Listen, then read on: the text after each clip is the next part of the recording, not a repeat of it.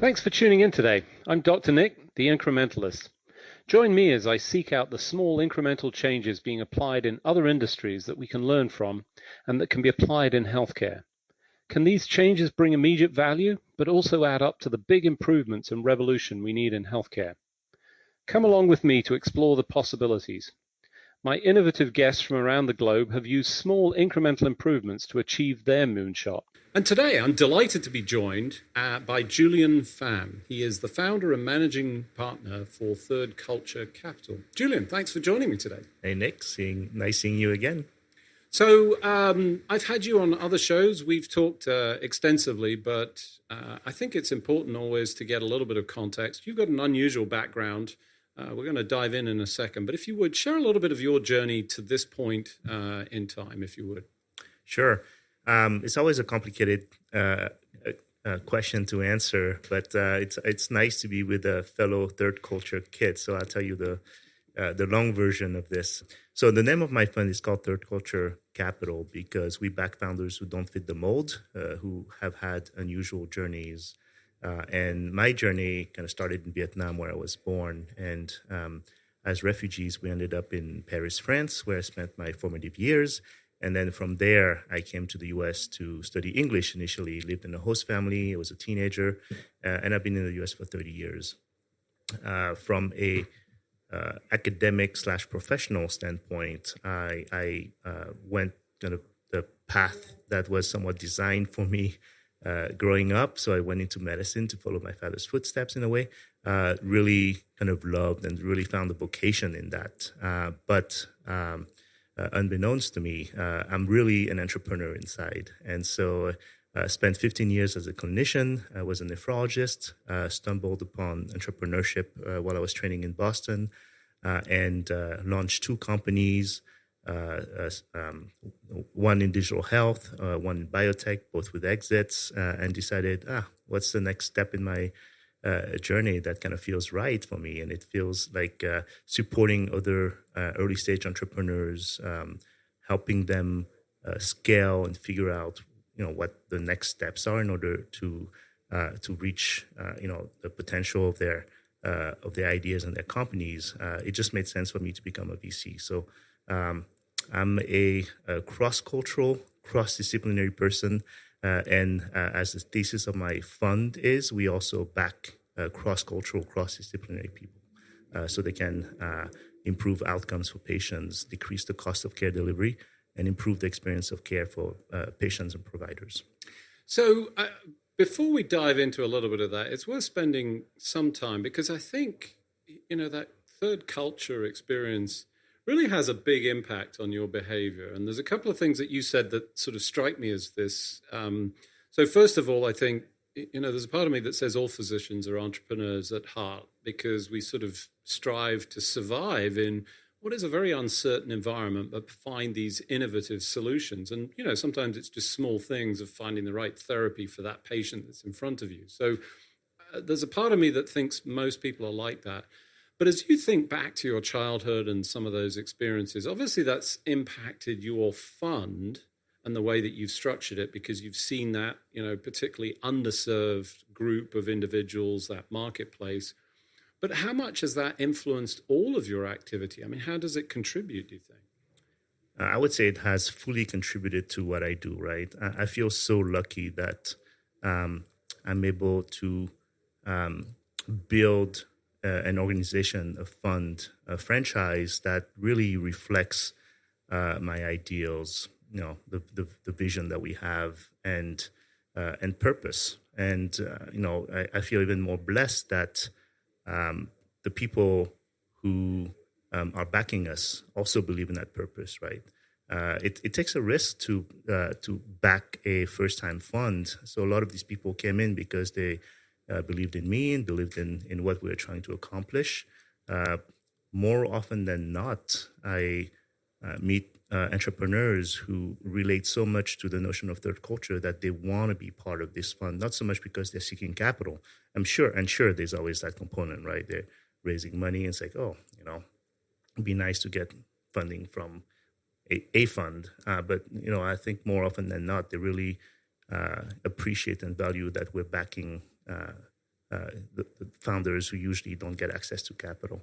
It's a very important part of what we do and our mission. So for the benefit of the listeners, I think it's important to understand what that means, because not everybody understands third culture kid. It's a very specific term, and you and I are both that. Mm-hmm. And it's the mixing of not just two cultures, because, many families, two parents, mm-hmm. they come from different, sometimes different states in the US or different countries, that's two cultures. But here it's a third culture that contributes, and that's the country that you're brought up in that is not the same as the two parents that you're contributing to. And what that does is makes an even larger mixing pot. Certainly in my experience, I mean, I'm natively African by some elements. I'm Scottish, and the good news for the World Cup is I can support lots of different countries and feel very comfortable about that. You probably can. You're hedging your bets there. I'm always hedging my bets. I'm glad of it. And it's interesting, even though my children are probably not quite, well, maybe they are third culture somewhat, but they've adopted the same, particularly with the football. I'll say, just we're optimists in all instances until everybody's out of the competition. So it brings this huge experience and overarches everything. Certainly for me, and I'm not surprised to hear for you. You've set up this fund. I think probably, I imagine, quite the struggle to do so, because it's against many of the sort of institutions, the standard, the dogma that exists. And then here we are at this point in time, and we have this massive bank, Silicon Valley Bank, and I'm going to say it collapsed. I don't think I have any other terms. Is that a fair assessment? Sure. Yep. How's that impacted you? Yeah. Well, so first of all, I think we need to have another podcast talking about soccer, football in general, maybe over a beer. How did the SVB situation affect our lives, how it's affected the ecosystem? So, I mean, I think there's several ways to answer that. I can't give you a general answer, which I will, but I'll also maybe share some kind of very kind of personal / realistic or concrete answers as to how we dealt, how we helped support our portfolio companies, and the kind of communications we had to give to our LPs, et cetera, et cetera. But I mean, listen, I think what makes America is the ability to reach for your dreams, right? And I think immigrants in particular come here because they're willing to work harder, and they're willing to take bigger risks so that they can build a legacy. And when it comes to innovation and entrepreneurship, SVB provided that. They were the bank with a brand, first of all, Silicon Valley Bank. And I think in the early days, and I mean, I wasn't there, but from what I've known and read and talking to folks who've been in the innovation economy for a long time, they were the ones who kind of built these relationships and extended support and helped these immigrants who didn't have social security numbers, for example, to open accounts when all the other banks would not do that. And it takes a certain degree of risk-taking to do that. And as we all know, and it became a lot more apparent after the SVB collapse and the contagion amongst the banking system, that when you try to do things at a larger institution, it's like moving large ships, right? It doesn't move. And for us, for example, when we tried to open an account at one of the top banks, like they wouldn't even allow us to do that or consider us, because one of the answers I got is that we'd love to help, but you're too small a fund. And it was a one-liner, right? It wasn't like a nice explanation. Wow. And so I called other banks, and they're like, yeah, we empathize with what's happening. This is terrible. Let me bring the whole team together. We'll schedule something to do a demo for you about, to show us what our dashboard looks like, et cetera, et cetera. So I think there's certain degrees of relationship building and support that you get from a kind of smaller bank, or a bank that is pro-entrepreneur and is supporting that. And so it was kind of a big spirit, like hit to the spirit when a bank like SVB collapsed, and then when the other banks like Signature collapsed as well. I think it became very worrisome, if not scary. And so the first thing we did at 3CC is we reached out to our entrepreneurs, making sure that they didn't have exposure, and like important accounts at SVB. Luckily, out of about 9 portfolio companies, only 2 had, and they assured me that everything was okay. And it was important to know because, number one, like I wanted to help in any way I can, but there's not much I can do, right? This was on a Friday. It was really about getting advice from other VCs involved with these companies, like what they should do, whether they should try to get, $250,000 out, whether they should try to immediately open an account. But when thousands of companies are trying to do the same thing at the same time, it's just overwhelming, right? So a lot of stress over that weekend, and then the government stepped in, and I just couldn't see any other outcome because, when you think about American competitiveness, like what does it say to the world when there's a bank run and like a large bank collapses? We're talking billions of dollars, right? And companies, large and small, cannot make payroll, and some will disappear. So like something had to be done. So the government stepped in, which I believe was kind of the right way. I don't know. I'm not an economist, so I don't know what's going to happen next.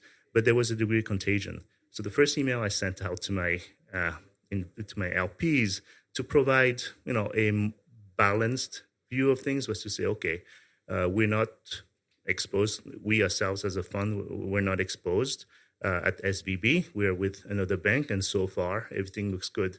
2 days later, the stock of that bank where we were like took a huge nosedive. I was like, crap. So it took us, about a week, 2 weeks or so to have conversations with and open accounts at another bank. And we're doing this to kind of create duplicative processes and kind of, quote unquote, diversify a little bit and make sure that we don't get caught with our pants down like it's happened. But kind of stepping back from all this, it's a little crazy, right? And I know, 2008, something similar happened in Washington Mutual, but it's crazy to think that, and my career as an entrepreneur started 10 years ago. Never did I think that I could not rely on the bank. No, like for me, it was just like an automatic thing. It was just stable. It was just foundational. You just create a company, you open an account, it's there. And then what you do is you shop around, try to optimize your payroll and all these types of things. And there's all types of services and vendors and fintech solutions to try to do the rest. But it's kind of a wrap around the bank.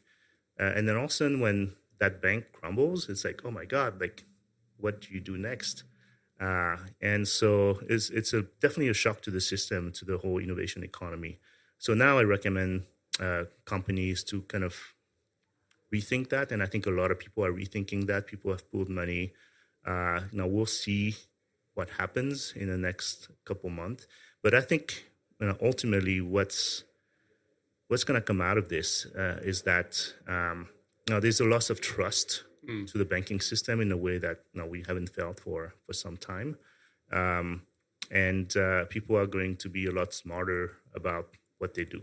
So what has this whole era of the pandemic taught us, and for myself as a entrepreneurial VC who launched a fund, I launched a fund in the midst of a pandemic, in the midst of an economic downturn, in the midst of a bank run and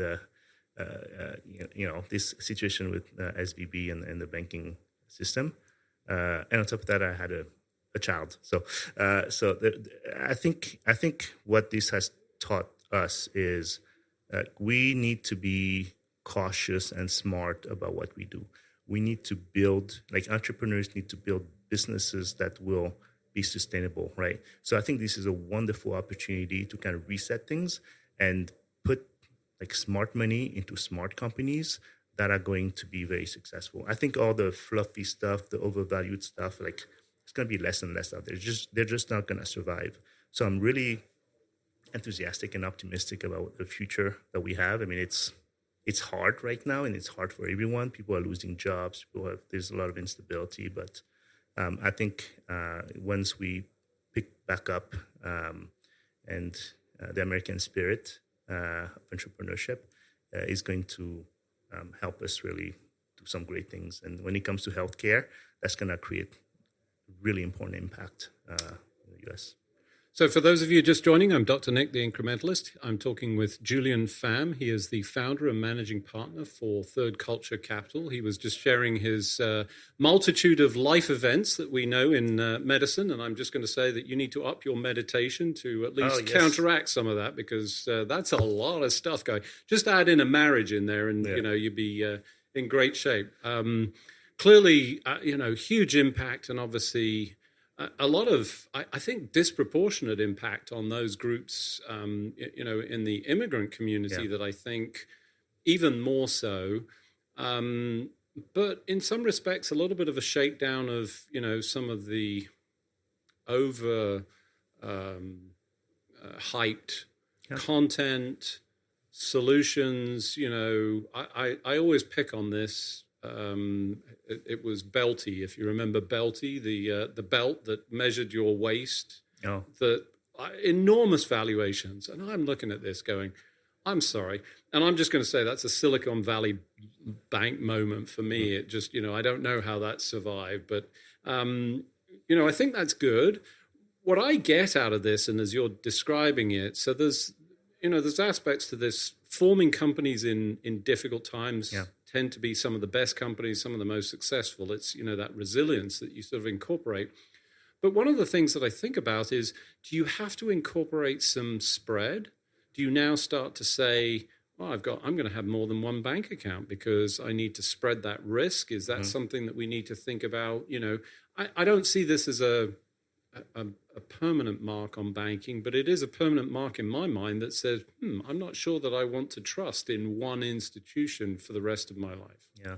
And that's a shame when you think about it, because that's kind of what you want, right? Like, in a way, if you come to a hospital and you wish you could trust one doctor who could do everything for you, but it's just not how it works. And sometimes, depending on your location, you may not have the hospital that have that particular specialty for that particular ailment that you just got diagnosed with. So, and you think the same of any large industries or sectors. Like, wouldn't it be nice if you could just have a one size fits all type of solution where you go to the bank and everything was provided for you?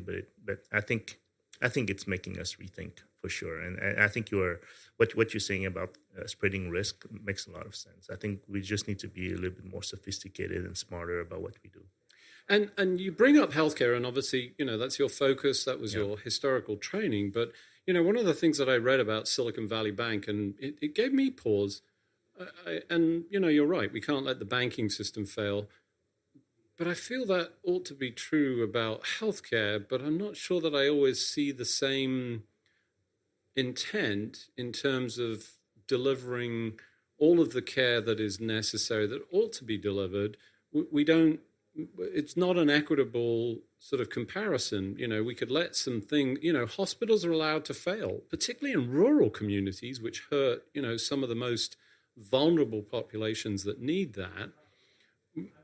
Maybe we need to bring a little bit of that into the healthcare world, not to support things that aren't working, but things that are central. And, for me, rural health is, as an example.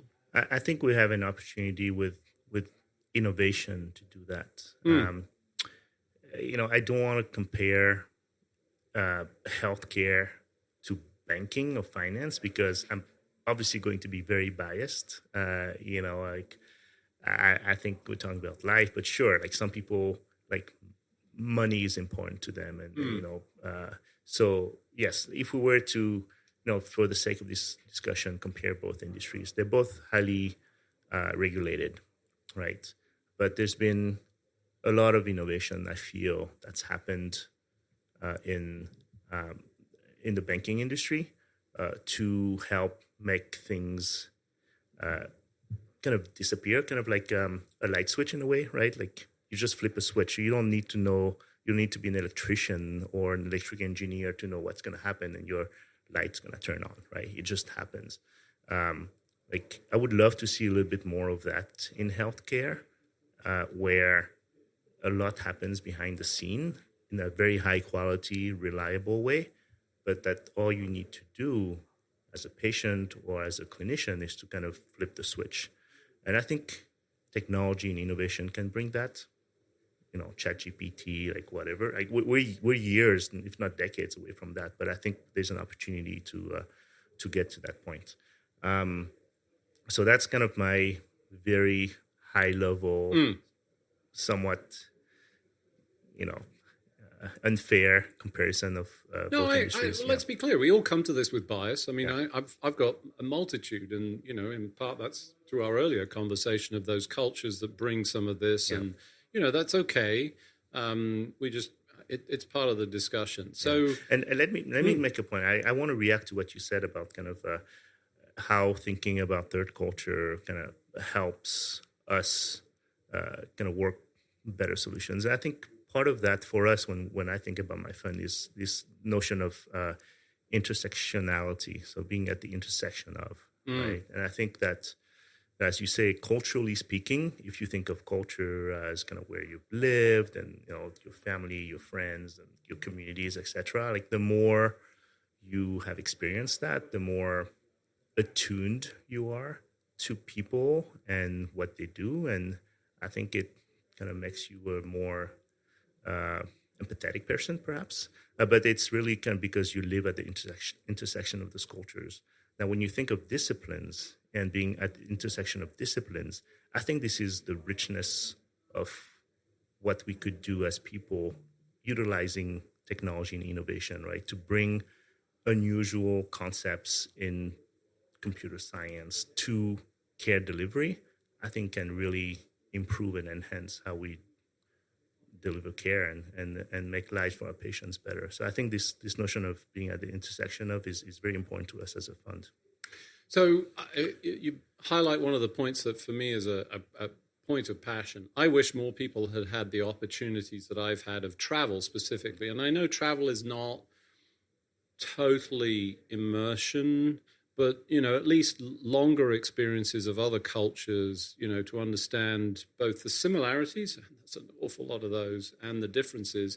I think if more people got the opportunity, I think we would have better, just sort of general getting on. I mean, I need to spend time, certainly in the US, I need to go to the Midwest. The only thing I understand about that is from the TV, which is insufficient. And I think that brings that sort of intersection. As you look back over the course of, the last experiences, what would you say you learned were some of the things that made the difference, that helped you survive through that? What contributed to your capacity to sort of emerge from this? Because not everybody did. I mean, I think it's been a challenge for everybody. Yeah. I mean, obviously resilience, right? And I think it's hardwired in us as third culture individuals. I would say also the work ethics. Mm-hmm. And this is speaking for myself, like, being an immigrant twice over and the child of immigrants, I think you get inspired by that. And so kind of working harder in order to get things done is something that has helped us. And really, it's being connected with people. For me, I think of venture capital as a people business. Sure, we manage money and we invest and we want innovation and we have certain expectations and all this stuff. But at the end of the day, it's people. It's my LPs, it's my advisors, it's portfolio companies, it's the partners and vendors and people that we work with, and we try to kind of walk that same journey and going forward. And I think the more experience you have of touching people in a way, and I say that in a broader sense, and being able to empathize with them, connect with them, I think it just makes the journey more enjoyable and hopefully kind of more successful as well. people, resilience, and focusing on the humanity, I think, for me, summarizes all of that. Unfortunately, as we do each and every week, we've run out of time. So it just remains for me to thank you for joining me on the show. As always, great pleasure. Julien, thanks for joining me. Thanks, Nick. Thanks for joining me today. Do you have any better ideas, or have you found a small incremental change that's brought about a big improvement in your world? Let's continue the conversation on our hashtag, The Incrementalist, or share with me at DrNick1 on Twitter. You can find more information about the show on our program page at healthcarenowradio.com, and tune in next time to hear my discussions with leaders and innovators from around the globe who've revolutionized their space by using small incremental improvements to achieve their moonshot. I'm Dr. Nick, the Incrementalist, and I'm starting a revolution through evolution.